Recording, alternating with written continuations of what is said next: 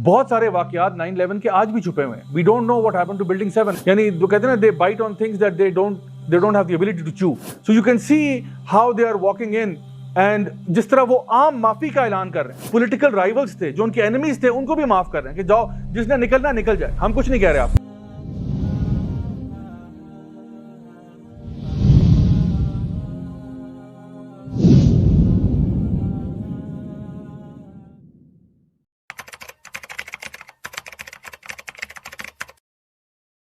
America जो है ना, वो 20 साल की ऑक्यूपेशन के बाद अब बहुत ही जलील और रुसवा होके अफ़गानिस्तान से रात के अंधेरे में भाग गया। ठीक है, और ये मामला जो है, ये सारी दुनिया को नज़र आ रहा है कि क्या हुआ था। इन्होंने जब 9/11 के बाद आप देखें कि जॉर्ज बुश की स्पीचेस उठा के देखें, और उसके जो साइड पे जो उसके साथ और लोग थे, उस टाइम पे जो लैंग्वेज थी ना, वो बड़ी डिफरेंट थी। उस टाइम पे लैंग्वेज ये थी कि we will bomb them into the stone age, हम इनको ये कर देंगे, इतने अरसे के अंदर हम तालिबान को वहाँ से फारिग कर देंगे, मुल्क से बाहर निकाल देंगे। बहुत बड़े बड़े नारे और बहुत बड़े बड़े क्लेम्स उन्होंने उस टाइम पे किए थे। और उस टाइम पे ये भी नैरेटिव क्रिएट किया था कि पूरी दुनिया जो है ना, वो हमारे साथ है और हम इन टेररिस्ट को, कोट अनकोट टेररिस्ट को बाहर निकालेंगे। हालांकि उस टाइम पे 9/11, बल्कि आज तक आप कह लो, बहुत सारे वाकयात 9/11 के आज भी छुपे हुए हैं। We don't know what happened to building 7। मैं आपको सिर्फ एक फूड फॉर थॉट दे रहा हूं। Just research what happened to World Trade Center building 7। उसके साथ क्या हुआ, हमें आज तक नहीं पता क्या हुआ। वो बिल्डिंग जो है, उसको कुछ लगा नहीं था, बाय द वे, कोई मिसाइल नहीं लगा, कोई बम नहीं लगा, लेकिन दैट बिल्डिंग कोलैप्स्ड एंड सारा का सारा ब्लेम विदाउट एनी, मतलब पूरी दुनिया की हिस्ट्री में आपको नजर आता है कि इतना स्विफ्ट मीडिया ट्रायल हुआ है और एक कौम को आपने ब्लेम कर दिया और आपने कहा कि जी अब हम ऑल गन्स ब्लेजिंग जो है ना, उस पर हमला करने जा रहे हैं और पूरी दुनिया की सपोर्ट हमारे साथ है, NATO allies and European union and सबको आपने साथ जोड़ा।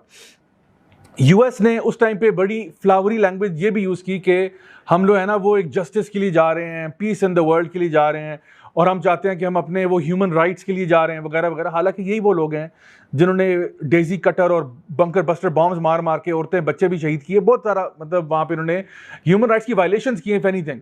ड्रोन स्ट्राइक्स हुई हैं, इलीगल ड्रोन स्ट्राइक्स हुई हैं। ठीक है, अच्छा, उसके बाद क्या हुआ कि इन्होंने अपना जो पूरा एक जो प्रोसेस था जो वहाँ पे लाना चाहते थे, वो था कि जो इनका डेमोक्रेसी का वर्जन है या जो इनका ह्यूमन राइट्स का वर्जन है और सेक्युलरिज्म, लिबरलिज्म, इसको वहां पे लेके आना। और सबसे बड़ी बात ये कि अफगानिस्तान से रिसोर्सेज भी निकालना इन द प्रोसेस। तो इनके मल्टीपल, आप कह लो, एजेंडा आइटम्स थे। और बहुत दूर भी जाने की जरूरत नहीं है कि हंड्रेड्स ऑफ ईयर्स पहले क्या हुआ था, सोवियत यूनियन के साथ क्या हुआ, वो हमारे सामने है। ब्रिटेन के साथ उससे पहले क्या हुआ। सो जो बड़ी बड़ी एम्पायर्स यहाँ पे आई हैं, उन्होंने यहाँ पे मार खाई और वहां पे दफन हो गई है वो। और अमेरिका के साथ भी ऐसा ही हुआ है कि इन्होंने ट्रिलियंस ऑफ डॉलर्स का खर्चा किया है। इसके अलावा अपने बंदे भी मरवाए हैं। ठीक है, और मैं देख रहा था डेली टेलीग्राफ का या कौन सा न्यूज़पेपर था, उसका जो हेडलाइन थी वो ये थी कि what the hell did these people die for. That's the actual headline, कि what the hell did these people die for. मतलब हमारे सोल्जर्स क्यों मरवाए तुमने, हमारे सोल्जर्स मरवा दिए। Hundreds and thousands of lives have been sacrificed in the process. Millions and billions and trillions of dollars आपने खर्चे कर दिए। For what reason? इसलिए कि तुमने दुम दबा के भागना था यहां से। और दूसरी तरफ आप देखेंगे तो उनका डैमेज है ना। हमारे एंड पे अगर आप देखें तो जो लोकल अफगान पॉपुलेशन थी, उनके साथ जो डैमेज किया, जो औरतें और बच्चे इन्होंने मारे हंड्रेड्स ऑफ थाउजेंड्स में, उनका कौन जवाबदेह होगा। सो ये सारा करने के बाद आपको नजर आता है कि ये एक बड़ी अजीब सी सिचुएशन हमारे सामने है। इन्होंने आई होप कि दे डू एक्चुअली, बिकॉज इन्होंने वियतनाम में भी मार खाई और भी जगहों पे जहां जहां पे ये लोग गए हैं ऑक्यूपाई करते हुए। यानी जो कहते हैं ना, they bite on things that they don't have the ability to chew. ठीक है ना, अपने से ज्यादा बड़ी चीज पे जो ना बाइट कर जाते हैं।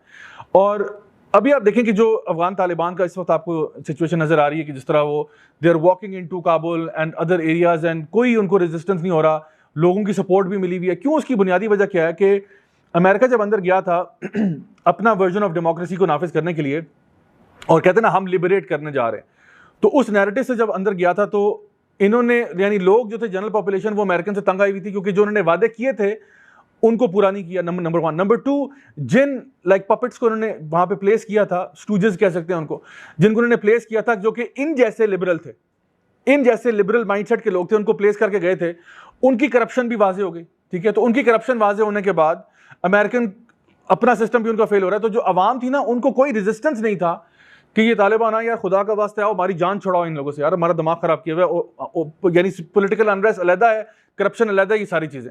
सो one thing you have to make very clear कि हम लोग ना अक्सर औकात एक ही ब्रश स्ट्रोक से सारों को पेंट करते हैं, थिंकिंग के अफगान तालिबान और ये जो पाकिस्तान के अंदर टीटीपी थे, तहरीक तालिबान पाकिस्तान, वो एक ही चीज़ है। वो एक नहीं है। अफगान तालिबान जो है उनका कोई पाकिस्तान के साथ कोई बीफ नहीं है, और अभी उनकी जो रीसेंट स्टेटमेंट्स आए उन्होंने भी इसमें ये बात वाजे कर दी है। जो तहरीक तालिबान पाकिस्तान है ना, टीटीपी, वो बिल्कुल एंटी स्टेट है, वो पाकिस्तान की स्टेट के भी खिलाफ हैं, आर्मी के भी खिलाफ हैं वगैरह वगैरह। सो वो उनका जो नैरेटिव है वो बिल्कुल ये नहीं है जो उनका है।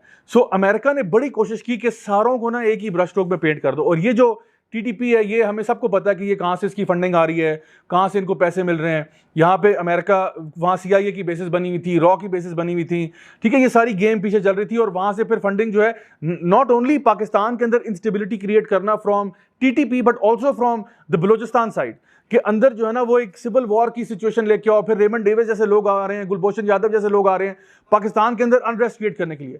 तो अब अल्लाह का शुक्र है, अभी होप एंड प्रे के इस रीजन के अंदर स्टेबिलिटी आए, थोड़ा सा सैनिटी जो है ना वो प्रिवेल